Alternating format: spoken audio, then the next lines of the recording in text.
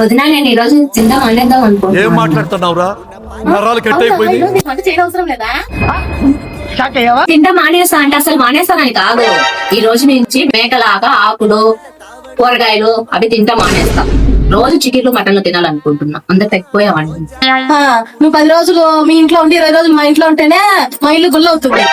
ఇంకా నీకు చికెన్లు మటన్లు అంటే మీ అన్న పార్ట్ టైం జాబ్ లో దోపిడీలకు దొంగతనాలకు పోవాలి.